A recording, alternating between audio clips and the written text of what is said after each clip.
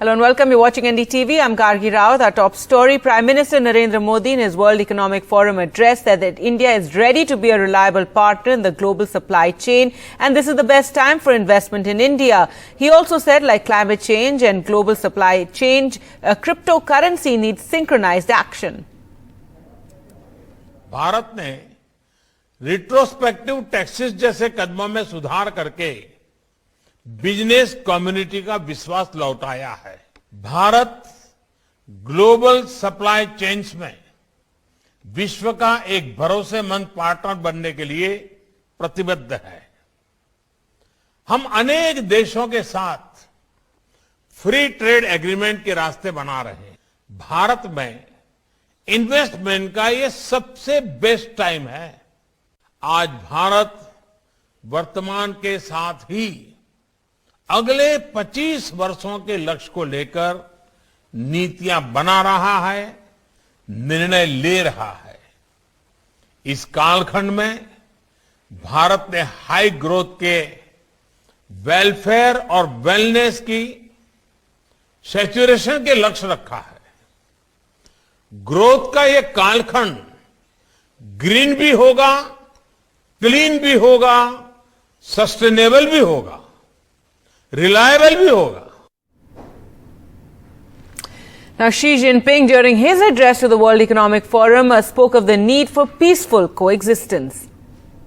We need to discard Cold War mentality and seek peaceful coexistence and win-win outcomes. Our world today is far from being tranquil. History has proved time and again. The confrontation does not solve problems. It only invites catastrophic consequences. Protectionism and unilateralism can protect no one. They ultimately hurt the interests of others as well as one's own. Let's get you the latest COVID news now. In India reported 2.58 lakh cases, are 5% lower than the day before and 385 fatalities. But what's concerning is the daily positivity rate that's up from 16.28% to 19.65%. Now, if India was conducting as many tests as the recent peak of 16.6 lakhs, then India is actually under-reporting cases by about 65,000 to 67,000. It's been 1 week since the government changed the rules, narrowing the scope of who can be tested. There's already a noticeable change in the number of cases if we compare to a week ago. The daily cases have shown a significant fall for a Monday despite the surge. And the big change can be seen if we compare the average test and cases numbers to those last Monday before the ICMR controversially changed the goalposts, blocking testing for those who are asymptomatic.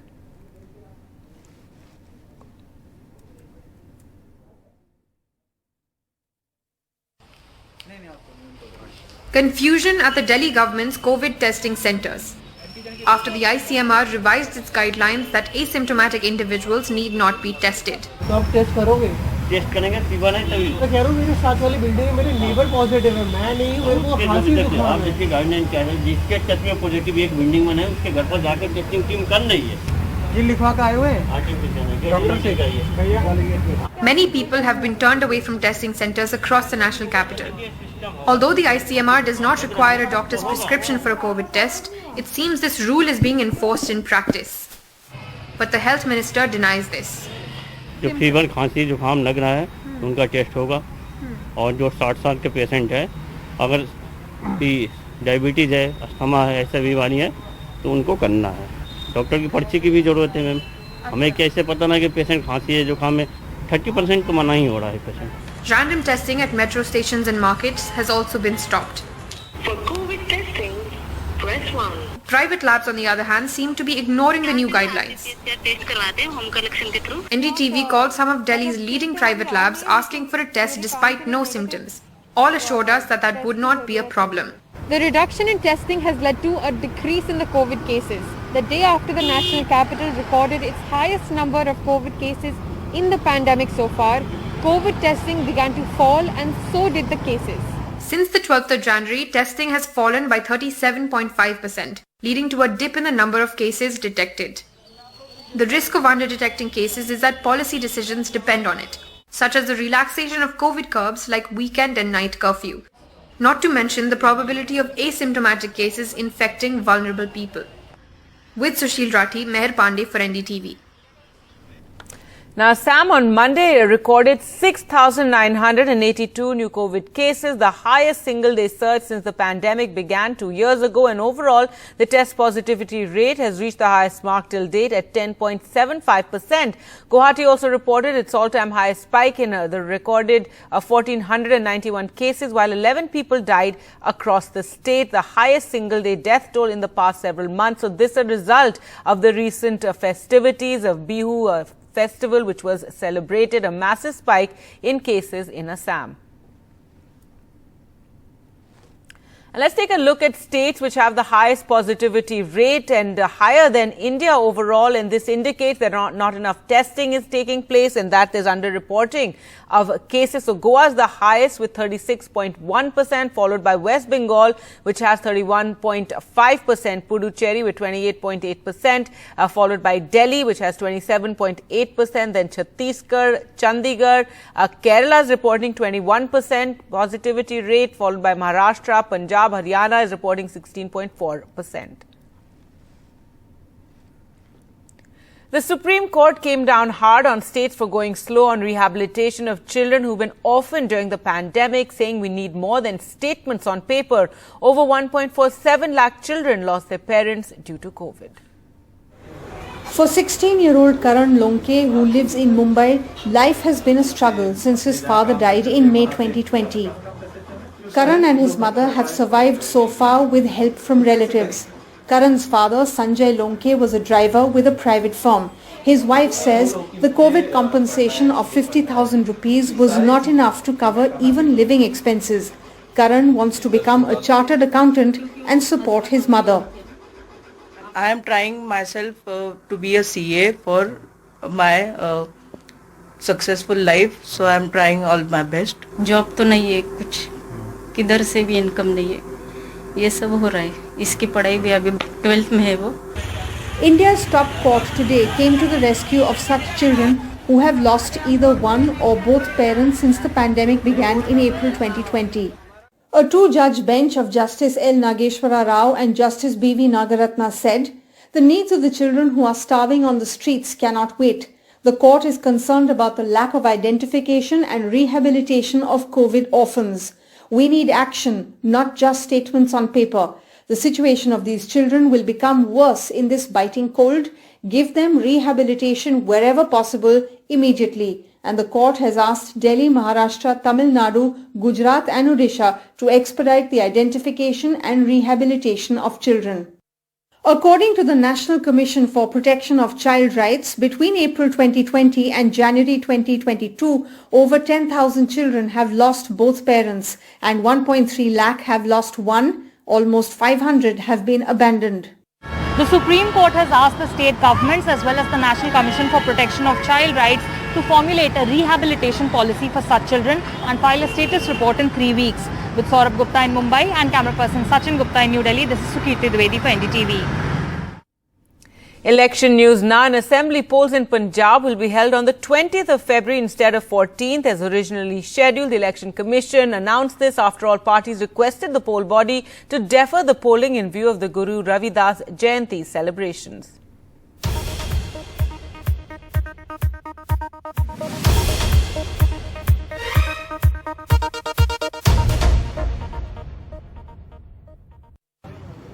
Followers of Guru Ravidas today blocked the Jalandhar's main roads, demanding the poll dates to be changed. Top political leaders backed this demand. And the Election Commission agreed to push back the voting from February 14th to the 20th. Guru Ravidas's birth anniversary is on the 16th, for which many of his followers make a pilgrimage to his birthplace in Banaras, in Uttar Pradesh. आमतौर ते इस तरह होया नहीं कदे कि एक बार election date declare हो गई होवे ते उस तो बाद वो बदली गई होवे. ये पहली बार इतिहास च होया और मैं पंजाब सरकार वालों और पंजाब दे लोकां वालों इलेक्शन कमीशन दा बहुत-बहुत धन्नवाद करदा.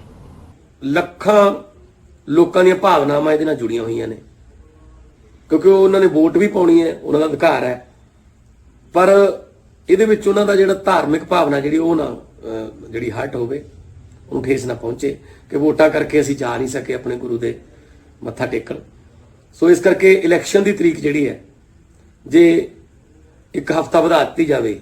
BJP had also written to the Election Commission yesterday regarding the same, and BSP, being an ally of the Akali Dal, had also written to the EC.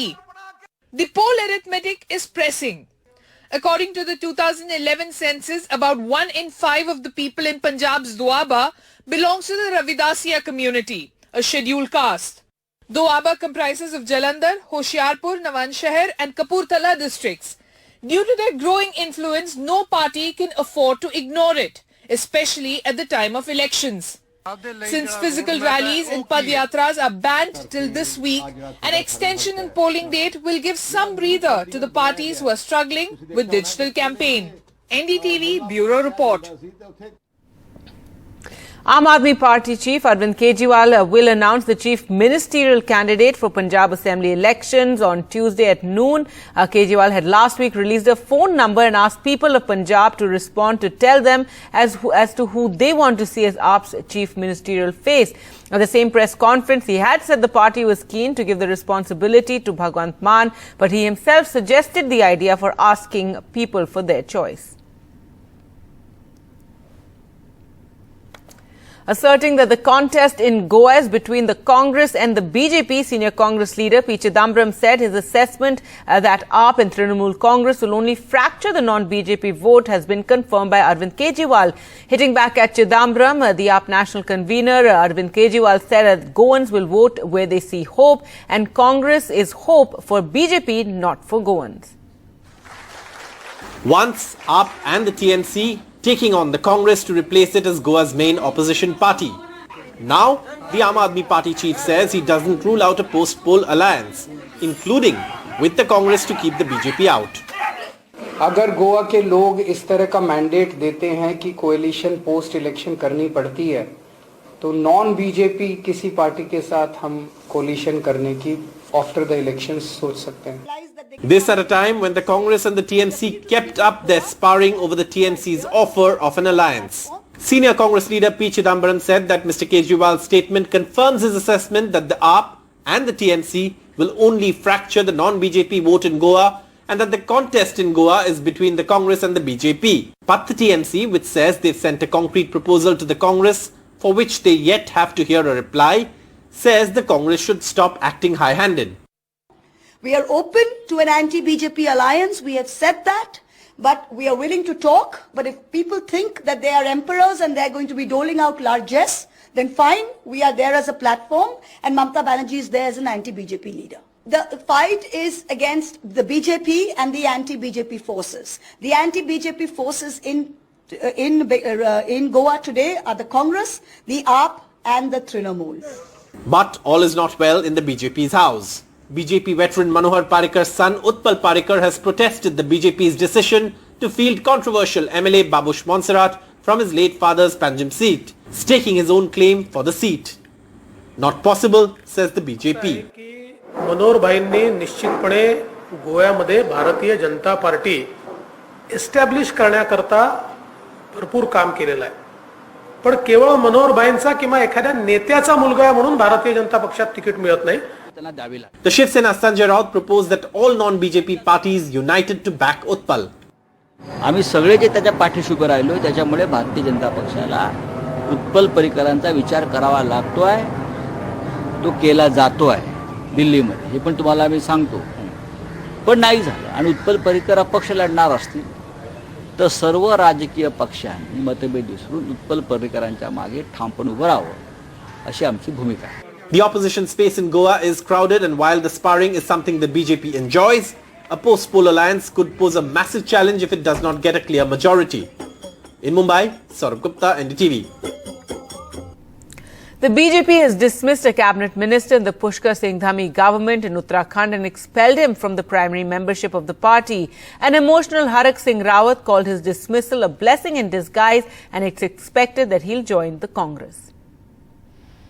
After a week of defections from the BJP and poll-bound UP, news of an upset from neighbouring Uttarakhand as well. Once congressman turned BJP, minister in the Pushkar Dhami government, Harak Singh Rawat could be on his way back to the Congress, the inkling of which forced the BJP to sack him. Harak Singh claims he's shocked, breaking down at this news. इतना बड़ा निर्णय, मैं उनकी सरकार में cabinet मंत्री था, senior minister था, सबसे मेरे बहुत व्यक्तिगत संबंध थे, अमित शाह जी से, नड्डा जी से, प्रहलाद जोशी जी से, सबसे बहुत अच्छे संबंध थे. एक बार मुझसे बिना बात किए हुए इतना बड़ा निर्णय उन्होंने लिया, मुझे लगता है कि विनाशकालीन विपरीत बुद्धि. The BJP says it saw through Mr. Rawat's game plan. CM Dhami said Harat Singh Rawat was pressurizing the party to give tickets to his family members. अपने परिवार के लिए और अन्य लोगों के लिए पार्टी पर दबाव कर रहे थे, तो इसलिए पार्टी ने निर्णय लिया. हमने तय किया है कि एक परिवार से एक व्यक्ति को ही टिकट दिया जाएगा और किसी के परिवार में हम 2 टिकट 3 टिकट नहीं देंगे, क्योंकि हमारी पार्टी हमेशा इसके खिलाफ है. While the BJP had acted against Harak Singh Rawat, there is also a realization that he isn't a greenhorn. In 1991, Harak Singh Rawat was the youngest member of the assembly to become a minister. Uttarakhand was still a part of UP then. Since then, Harak Singh Rawat holds great political clout in the Pauri Garhwal region of the state. Sources say he could repeat a Maurya-like formation in Uttarakhand as well, with at least 3 sitting MLAs following him. कोई व्यक्ति party में आवेदन नहीं कर रहा है और party के स्तर पर मुझसे पूछा नहीं जा रहा, मैं इस पर कुछ नहीं कह सकता. हाँ, मैं एक बात जानता हूँ कि पार्टी जो भी निर्णय करेगी सभी चीजों को ध्यान में रख करके करेगी. As there is talk of Harak Singh Rawat's return, the Congress may have to do its fair bit of expectation management as well, fixing the delicate equation between Harak Singh Rawat and Harish Rawat.